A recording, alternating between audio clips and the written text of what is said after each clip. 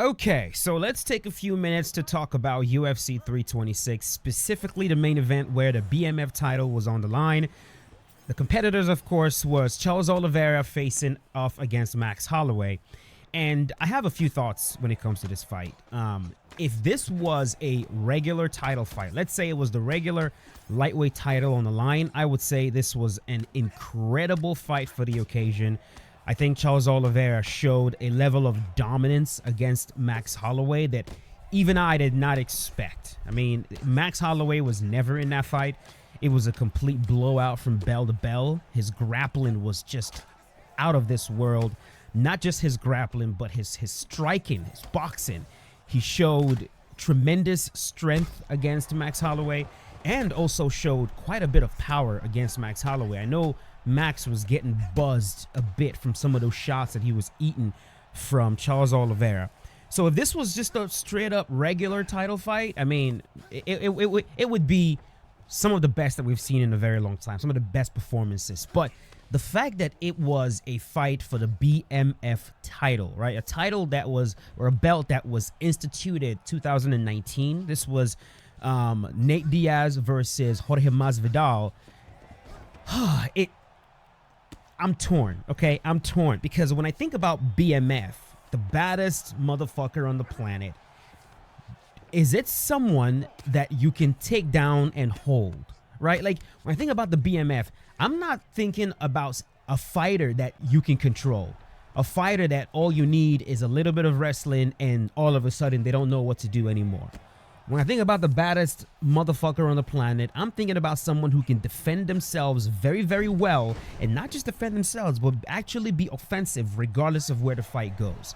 And that is Charles Oliveira. It is Charles Oliveira. But that's me thinking logically. That's me just straight up applying, I don't know, logic to the whole thing. Meanwhile, I feel like the BMF title itself was supposed to represent violence, right? It was supposed to represent the most violent type of fighter out there, right? And when you think about violence in fighting, you don't necessarily think about take the guy down, pin him, control him, and look for a submission. When you think about violence in a fight, you're thinking about striking. At least it's the first thing that comes to mind. Yes, you can be absolutely violent on the ground. When you know, Khabib was a very violent man on the ground. But it's not the first thing you think of. The first thing you think about the TKO, you think about the knockout, you think about hurting somebody. And a lot of times, the quickest way to hurt somebody, of course, is with these. It's on the feet. It's with your hands and your feet and your elbows and your knees. And so in a BMF fight, you kind of expect violence. You expect what happened against Max Holloway and Justin Gaethje, where he points down to the center of the cage. They both stand there. They both go to freaking war swinging, and one of them gets flat out KO'd. That's kind of what you think about when you think BMF. Meanwhile, what Charles Oliveira came out and performed is not the first thing you think of when you think. Am I making sense, right? Like, Charles Oliveira came out and showed us incredible mixed martial arts. It was glorious mixed martial arts. Strong, good striking, good grappling, right? But was it violent to the extent that it deserves that belt? Like, here, like, this is not the championship for the weight class, right? It's a very, very specific belt. It's a belt that's supposed to be about who can put on the most violent performance. At least that's the way I see it. And I think that's also the way the UFC saw it when they came up with that belt, the baddest motherfucker. I mean, even the name of it is extremely crude, right? This is supposed to be all around violence. So that's why I'm torn. And I don't know what the UFC really intends to do with that belt right now. Like, you know, okay, Charles Oliveira has won it. Like, what, does he now defend it over and over again? Has the belt run its course, right? You know, and I'm not even making like a prescriptive statement right now, because I don't even know what I would prescribe. I don't know if I would say only let pure strikers or fighters who don't want to go to the ground fight for the BMF title. Would that even be reasonable? Because then it would just, you know, it would be a K1 situation. Meanwhile, this is MMA, right? Like, grappling should still be involved in a... If I knock this dude out right here. Grappling should still be involved in a BMF fight. Like, I think so. I think there should be some grappling in it, but do I think it should be predominantly grappling? Like, no. But at the same time, logically speaking, the baddest motherfucker on the planet today is a grappler. Like, it just flat out is. The hardest type of fighter to beat or to fuck with or to deal with in any scenario is going to be someone who's very, very good at grappling. The #1 pound-for-pound fighter in the world, Islam Makhachev, is a grappler. Like, this is what these guys do. So then, should we just, as fans, should we be the ones to reframe the way we think about BMF? Because I know I can't be the only one who thinks about BMF like I just explained it, where it's about violence and it's about punches and kicks, as opposed to, let me take the guys back, lock in a body triangle, and try to choke them out. And if I can, I'm gonna hold them for the rest of the round. You know what I mean? I don't know what it means. I really don't. I really don't. And that's where I'm going to open up the floor to you guys. I would like you guys to tell me, give me your thoughts on that. What did you guys think about it? And try to be nuanced, because again, I'm not saying that it wasn't a great performance by Charles Oliveira. It was. It absolutely was. But I don't know if it was an appropriate kind of performance for what the belt is supposed to signify. At least what the UFC wanted it to signify. You know what I mean? Besides that, it was a pretty fun card. I really enjoyed it. The Caio Borralho fight, Caio Borralho versus Rainier de Ridder. I actually enjoyed that fight. I thought Caio had to dig deep to try to win that fight. Rainier de Ridder himself, the man has to make a fight ugly for him to be able to compete against someone like Caio Borralho, who has a lot of power. He's definitely faster. He's significantly more athletic. He's more quick twitch. And, de Ridder wasn't able to get it done. And then there was the Michael Johnson one, which, like, as soon as I saw that, it was just sad for me to see, like, oh my God, like, poor Michael Johnson. I was really hoping Michael Johnson was able to do something. And once again, it's that same sequence that we've seen so many times. The one where the left hand is coming at you, you try to check hook. You try to counter the straight punch with a check hook, whether it's southpaw versus orthodox or orthodox, you know what I mean? We see that all the time.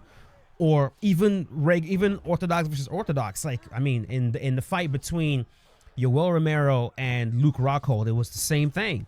Yoel Romero threw that straight down the pipe. Rockhold went to counter him with the left check, with the right check hook.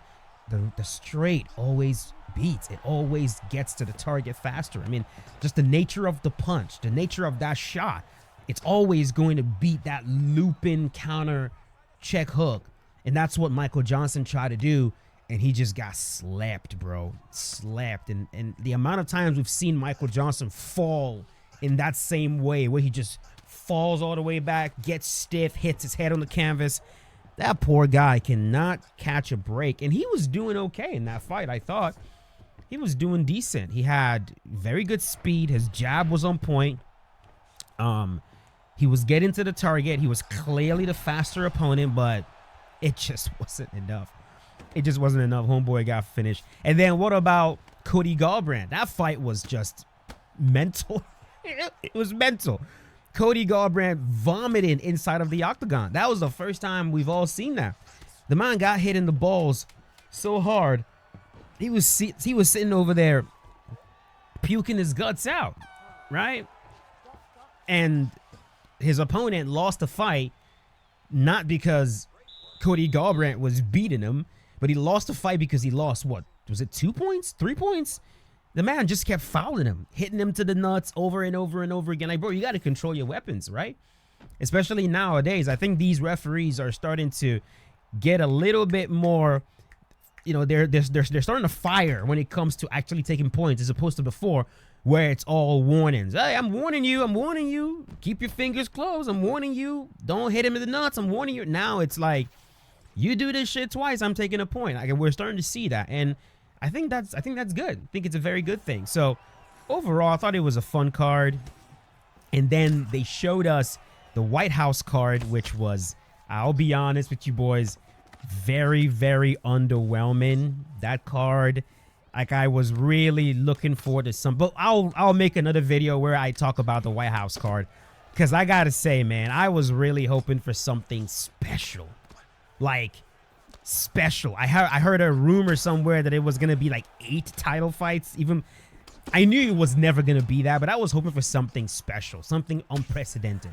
You know, it's the first time that they're gonna do it at the White House. I was really hoping for something just mind blowing, and this was a little bit underwhelming, but we'll discuss that a little bit later. Just wanted to come on and say, I don't know what they can do about this freaking BMF title, and I'm very, very curious to see what you guys have to say about that. I think maybe it's time to retire it. I think maybe it's time to do away with it. I think it has run its course. I think we've seen it, and I think it's getting kind of silly at this point, in my opinion, because I don't know, man. Like, UFC fighters, bro, especially those ones that know how to grapple, if you give them an opportunity to do just that, that's exactly what they're going to do. And man, we've seen Max Holloway get stopped. We've seen Max Holloway get hurt. We've never seen Max Holloway in that position where he literally could not do anything. And that's the thing with grapplers like that, bro. In some ways, you almost feel like you've seen the fight. Am I the only one? Like, it almost feels like when you've seen round 1, round 2, and maybe the beginning of round 3, you all, like, I honestly did not watch the fight fully. Like, I wasn't as invested. Not because Charles was not doing an incredible amount of work, but like because I felt like I know what's about to happen. He's gonna do the same thing he did in the first round.